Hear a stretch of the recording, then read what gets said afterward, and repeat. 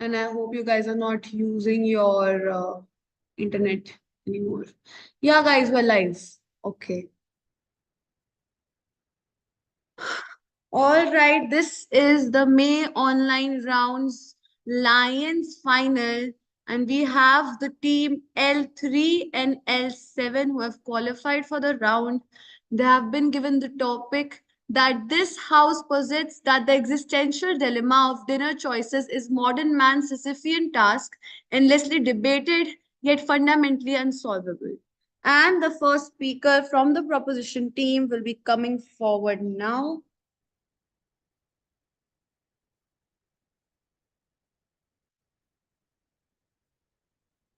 All right, the first speaker from the proposition team, Yes. Ghazal Goyal.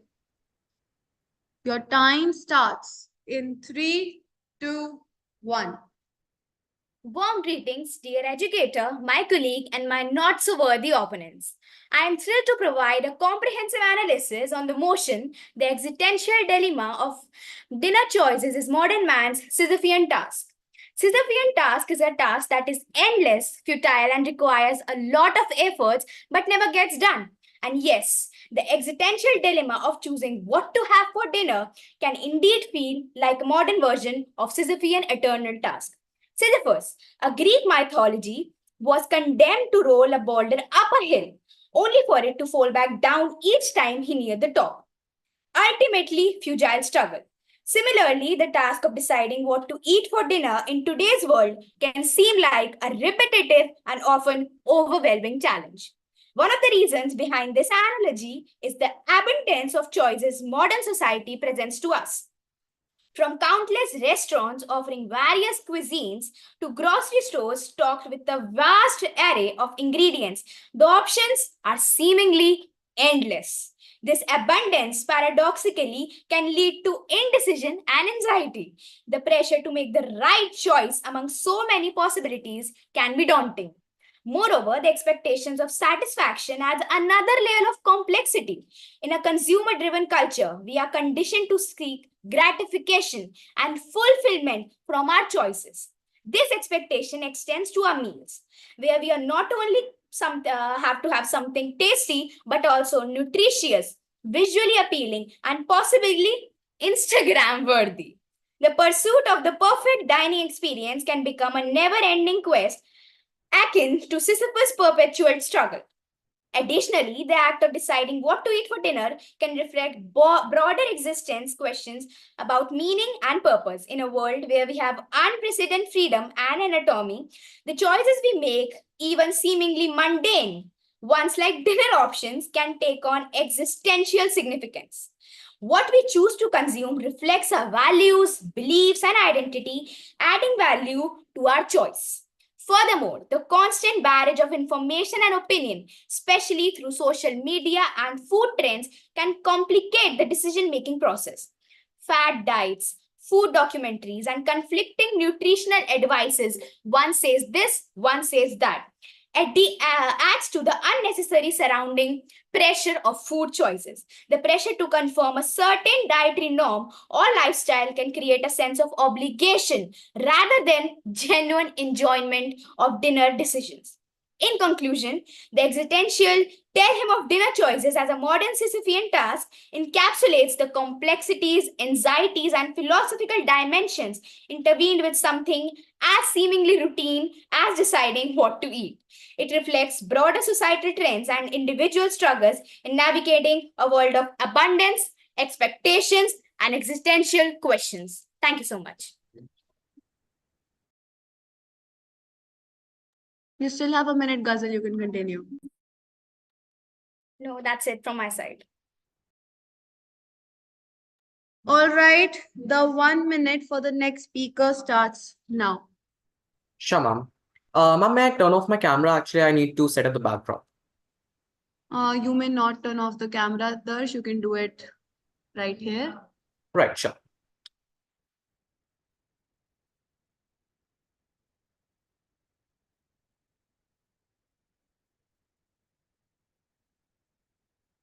Okay. Mhm.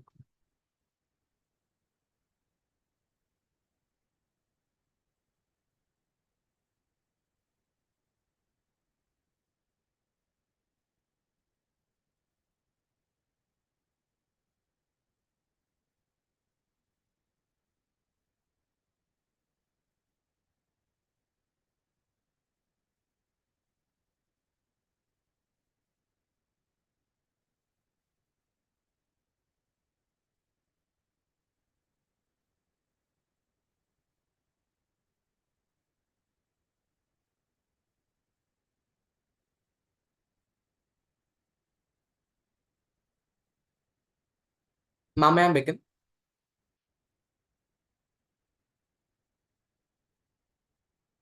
Excuse me, ma'am. Yes, you may. Right. Sure. So I'll start on the self count of 3, 2, 1, go. A very good afternoon to the respected adjudicator and my not so worthy opponents present here. Today, I, Darsh Prakash, the first speaker from the opposition team, feels elated to speak in front of you all. The motion that has been assigned to us today is that this house possesses that the existential dilemma of dinner choices is modern man's Sisyphean task, endlessly debated yet fundamentally unsolvable. Well, I, as the first speaker of my team, strongly oppose today's motion. Since the first speaker of the proposition team was unable to actually explain the key terms of the topic, I, the first speaker of the opposition team, take the opportunity to present you all with the key terms. The first key word is possess. Possess means put forward as fact or the basis of an argument. The second key term is existential dilemma, or we can also call it as existential crisis. So, what is existential crisis? An existential crisis is a moment of deep questioning within oneself about meaning, choice, and freedom in life. And the last keyword is, of course, Sisyphean. Sisyphean means denoting or relating to a task that can never be completed. I argue that existential dilemma of dinner choices is not inherently Sisyphean or unsolvable, but rather an opportunity for exploration, creativity, and enjoyment of different cultures and traditions. The vast array of dining options empowers individuals to tailor their meals to their preferences, dietary needs, and cultural backgrounds. This autonomy can be seen as liberating rather than burdensome. Not only this, each meal presents an opportunity to explore different cuisines and culinary traditions from around the world. Studies in consumer behavior and psychology have shown that individuals employ various decision making strategies to overcome choice overload and make satisfying meal choices. These strategies include simplifying options, setting priorities, and relying on past experiences and preferences. According to the report published by the National Library of Medicine, that is an official website of the US government, it has been proven that the topic that we are supporting right now stands for the opposition team, and the proposition team is strongly trying to actually mislead the House. Not only this, agriculture is responsible for feeding the entire population and somehow generates different types of environmental degradation. I'll request my not so worthy opponents to kindly refer to a study published by ResearchGate, which talks about the socio-cultural influence on food choices and implications for sustainable healthy diets. I'll also recommend my opponents to kindly refer to the study given by ScienceDirect.com. I repeat, ScienceDirect.com for better understanding about the topic. Well, the study was titled as Cultural Dimensions Associated with Food Choice, a survey-based multi-contrary study. And advancements in technology. Why are we forgetting technology here? Such as mobile applications and online platforms offer tools and resources to facilitate meal planning, recipe, discovery, and grocery shopping. There are hundreds of studies available on the World Wide Web, that is referred to as the internet, regarding the correct stance of the topic. But the first speaker of the opponent team was endlessly trying to mislead the House. I want to ask the first speaker of the proposition team a question, that why did you not include a study of the harvardreview.com that was titled as using technology to create a better customer experience? Technology is a key aspect of today's motion, but the first speaker of the proposition team failed to examine the motion accurately. Thus, I would like to request the upcoming speakers of the opponent team to kindly give rebuttals, but please give logical rebuttals. With this, I would like to rest my case. Thank you. All right, that was great, Darsh. 1 minute for the next speaker starts now.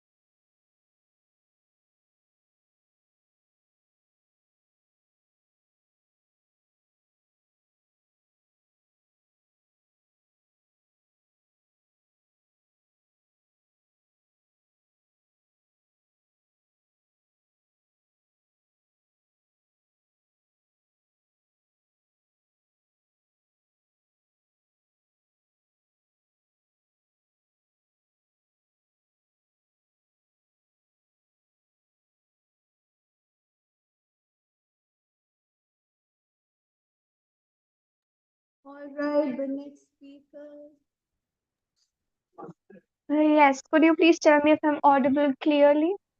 Yes, you're audible clearly. And I'll just tell you guys something. When I tap, it means that 3 minutes are up and you have 1 minute left. Just to brief you guys again. And your Okay. 4 minutes start in three, two, one, go.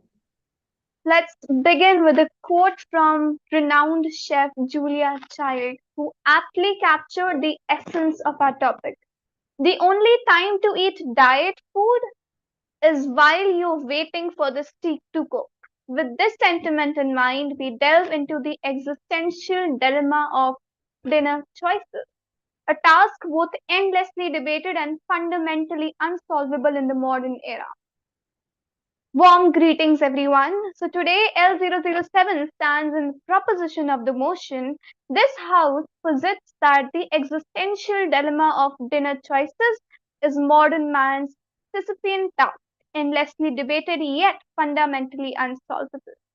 Before starting with my points, I'd like to address something that despite my opponent's colorful rhetoric, it's evident that their argument lacks substance and relies heavily on personal attack rather than logical reasoning and factual evidence. Kindly do not ask us to present logics, revise yourself. So let's elevate the discourse by focusing on substantive points grounded in reality rather than resorting to baseless insults. After all, a debate should be won through the strength of arguments, not the degradation of opponents' egos. Let me continue. The existential dilemma of dinner choices stems from the inherently subjective nature of taste. What one person finds satisfying and fulfilling may not resonate with the another. This subjectivity makes it impossible to definitively solve the dilemma, as there is no universally correct answer to what constitutes the perfect dinner. Our tastes and preferences are constantly evolving, influenced by factors such as cultural trends, personal experiences, and physiological changes.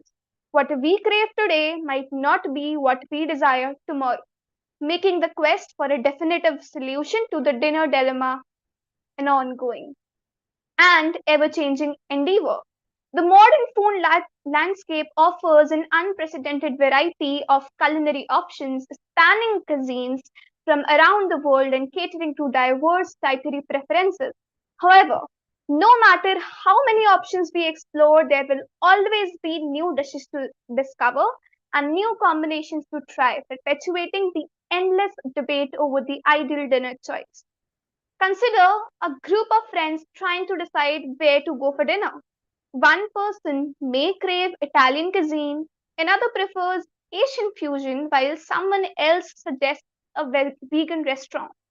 Each individual's preference is shaped by their unique taste buds, cultural background, and past dining experiences, highlighting the subjective nature of taste. Also, imagine a person who used to love spicy food but develops a sensitivity to it over time. What was once their go to dinner choice becomes less appealing, forcing them to explore new options. This evolution of preferences demonstrates how the quest for the perfect dinner choice is a dynamic and ongoing process. And in summary, the existential dilemma of dinner choices remains perpetually unsolvable due to the subjective nature of taste, evolving preferences, and the infinite variety of culinary options. As such, the debate endures as a testament to the complexity of human decision making and the richness of food culture. And as a conclusion, I'd like to request my not so worthy opponents that kindly stop going with personal attacks and provide some logic. Thank you. All right, Pranjal, that was great. 1 minute for the next speaker starts now.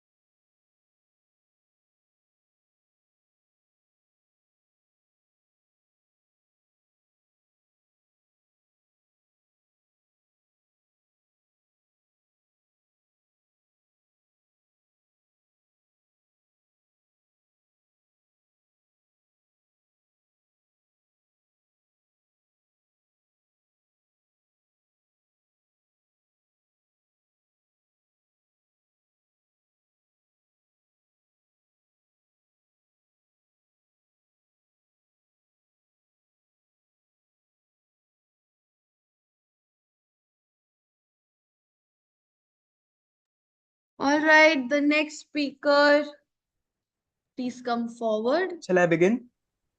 Yes, Ojas, you may begin in 3, 2, 1. Greetings to respected adjudicators, my fellow teammates, and my not so worthy opponents. First of all, I would like to repeat the motion. This house posits that the existential dilemma of dinner choices is modern man's Sisyphean task, endlessly debated yet fundamentally unsolvable. I totally oppose this statement. First of all, dinner itself has a vast history. You would have surely read about it in the resources itself. Let me tell you, the Behes resources have clearly described the impact of our food choices on us. If you have realized, three experiments were conducted by Raj Raghunathan and other researchers regarding the same. All three studies confirm at some level that the popular saying, you are what you eat, may be accurate. If you consume hot and spicy food, there's a greater chance that you will be hot headed. This implies the value of food choices, and this has been clearly illustrated by the Behes resources. Additionally, according to the philosophy of yoga derived from Samkhya Yoga, Prakriti is said to be a composite of three prime qualities. They are Sattva Guna, which represents light, bliss, and goodness, the Rajo or the Rajas Guna, which represents passion and motion, and finally the Tamas Guna, which represents darkness and inertia. Corresponding to these three gunas of mind, there are three vrittis, and these are influenced by what we eat. According to the theories of four humors, in addition, the dynamic equilibrium of four humors are closely linked to our food choices, which have a significant impact to our own body. These are influenced by our body choices. Thus, food choices do matter and are need to be thought upon. These are not random and Sisyphean as you believe. We have scientific and historical evidence that proves it. And I've already talked about that. You'll surely say that choices are always subjective and can vary from individual to individual. But even if you have multiple rounds of thorough discussions and debates with your friends, your families, you'll surely have dinner at night. And you do not sleep empty stomach. Am I right? If this dilemma is fundamentally unsolvable, can you please explain how do you manage to have dinner at night? Because you are so confused between dinner choices. You have to prepare food according to the societal expectations, according to the Instagram post, according to you.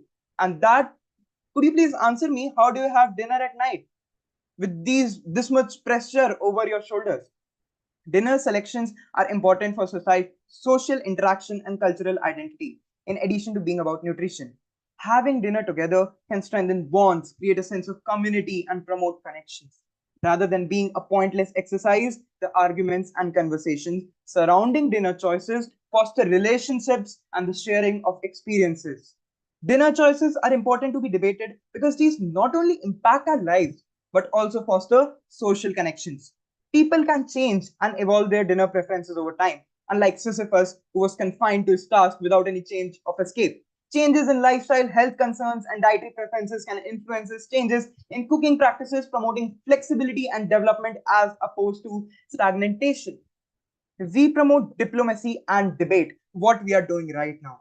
It is always important to voice our obedience. Because, guys, this is democracy.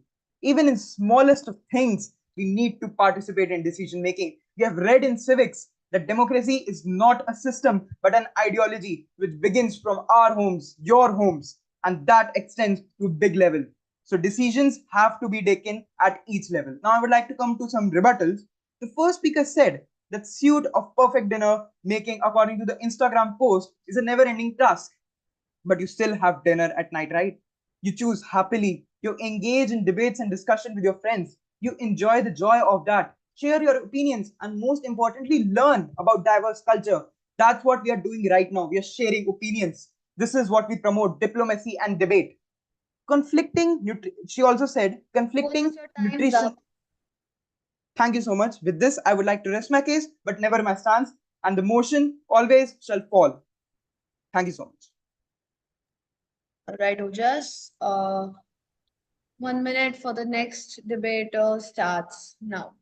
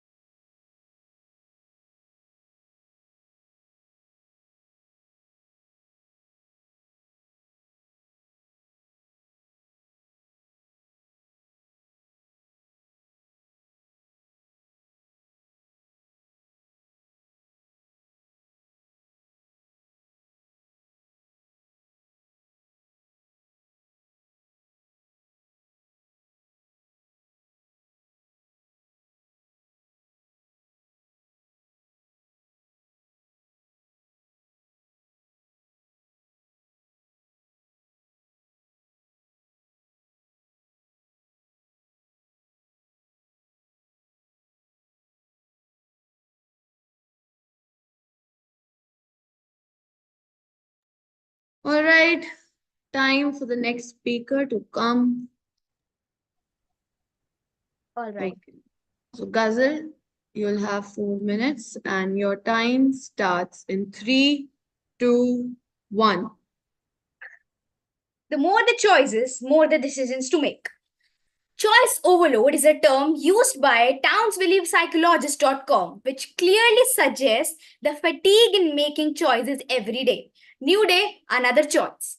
First speaker said that we have different cuisines to explore. Exactly our point. More to explore, more the confusion. Referring to first speakers, mention again, yes, the technology might have been increasing and providing a better customer service, but what about the choice, which only the customer can make? The technology cannot make the choice for you. Replying to second speaker, we aren't talking about going to sleep without food. We are discussing the fatigue and anxiety that comes before the dinner. Do I eat my dinner happily every day? No. Referring to psychologists and their facts, humans are complex beings and our decision making processes are influenced by various psychological factors. When it comes to dinner choices, emotions, memories, and social influences play a significant role. For example, the smell of freshly baked bread may evoke feelings of comfort and nostalgia, leading someone to choose a bakery for dinner.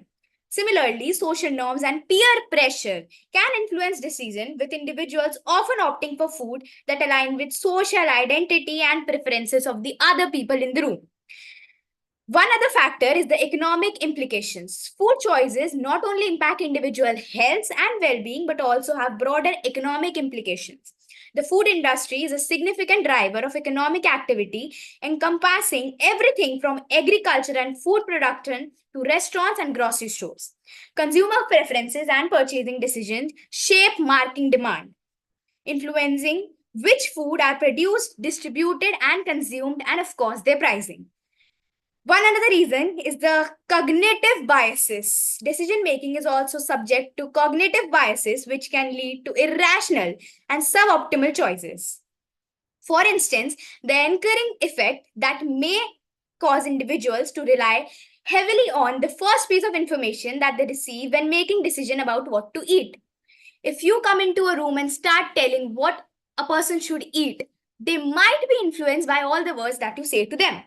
With all the facts and evidences put forward by me and my colleague, it is no lie that the existential dilemma comes with the choice of having dinner, and it is a choice we have to make every day. Thank you.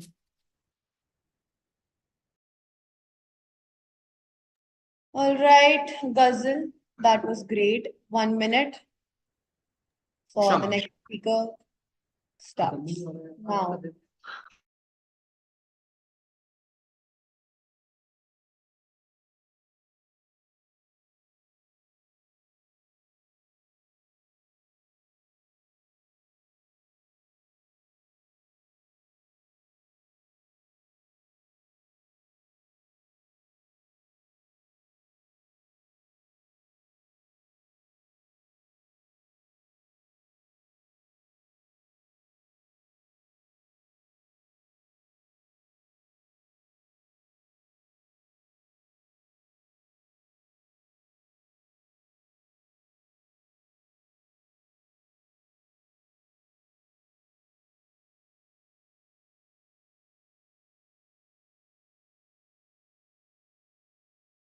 Right. Ma'am, may I start?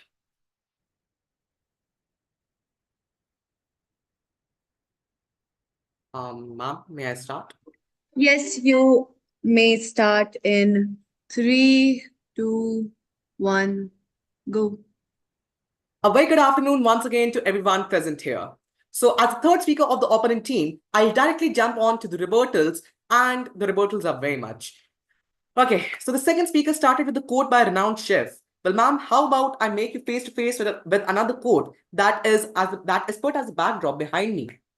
Well, I'll request you to read it, and I'll not waste time in explaining you and your teammates the actual meaning of this quote. Like moving further, the second speaker, rather than focusing upon her facts, was constantly saying that I and my team have used personal attacks on her and her team. Ma'am, taking out mistakes from speeches does not mean giving personal attacks. Okay, so, well, the second speaker constantly said me and my team to talk logic and focus on facts. Well, adhering to her instructions, here I go with a verbal storm of researchers. Cognitive psychology research suggests that decision making can be improved through techniques such as goal setting, information gathering, and racial deliberation. While the sheer number of dinner options may seem overwhelming, individuals can learn to apply decision making heuristics and strategies to narrow down the choices and arrive at satisfying outcomes. Research in behavioral economics, notably the work of Nobel laureate Richard Thaler and others, highlights how individuals make decisions in contexts of uncertainty and complexity. While it's true that too many choices can lead to decision paralysis, however, that's not possible in today's world when there are strategies to mitigate this effect, such as implementing choice of architecture and simplifying decision-making frameworks. The first speaker said conflicting nutrition advices further confuses us and leads to anxieties. I strongly believe that even after adjusting ourselves to societal expectations, your so-called Insta posts, final decisions lies with us. We choose what we want. We have full autonomy and liberty. The second speaker said, how much hard we try, we always have new dishes to try. Exactly. This tells us about the diversity about our culture and further addresses the need to have discussions and debate regarding it. Thank you for making my job easier. The opposition team also said some may prefer Italian cuisine, some may like Spanish, different cultures, different cuisines. This implies food choices are subjective. Surely, this is where food diplomacy comes in. We adapt to their cuisines and they adapt to ours. The second speaker said that technology cannot make food choices. Well, ma'am, I'll request you to kindly study about super AI or even strong AI. There are various companies in the world that are making robots about food choices. One such example is Dixai Robotics. Okay, so now I'd like to give a few more rebuttals. The opposition team also stated a steady fatigue of making choices. This is a phrase that they stated. Choices are to be made in a democracy, ma'am, as it was stated by the second speaker of my team. This is what we promote diplomacy and debate. Then the opposition team also said diverse choices increase difficulty in decision making. Have you again read about food diplomacy? This fosters diversity, sharing of opinions, and increase in knowledge. At last, I would like to give another rebuttal before ending my speech. The opposition team stated economic expansion of food industry increases diversity. Isn't that a good thing? We are becoming economically developed, fostering our culture and diversity. Diversity should be the strength of Republic of India. Thus, I'll request my opponents to again be thorough with the research of today's topic and please do not mislead the House. With this, I would like to rest my case, but never my stance. Thank you.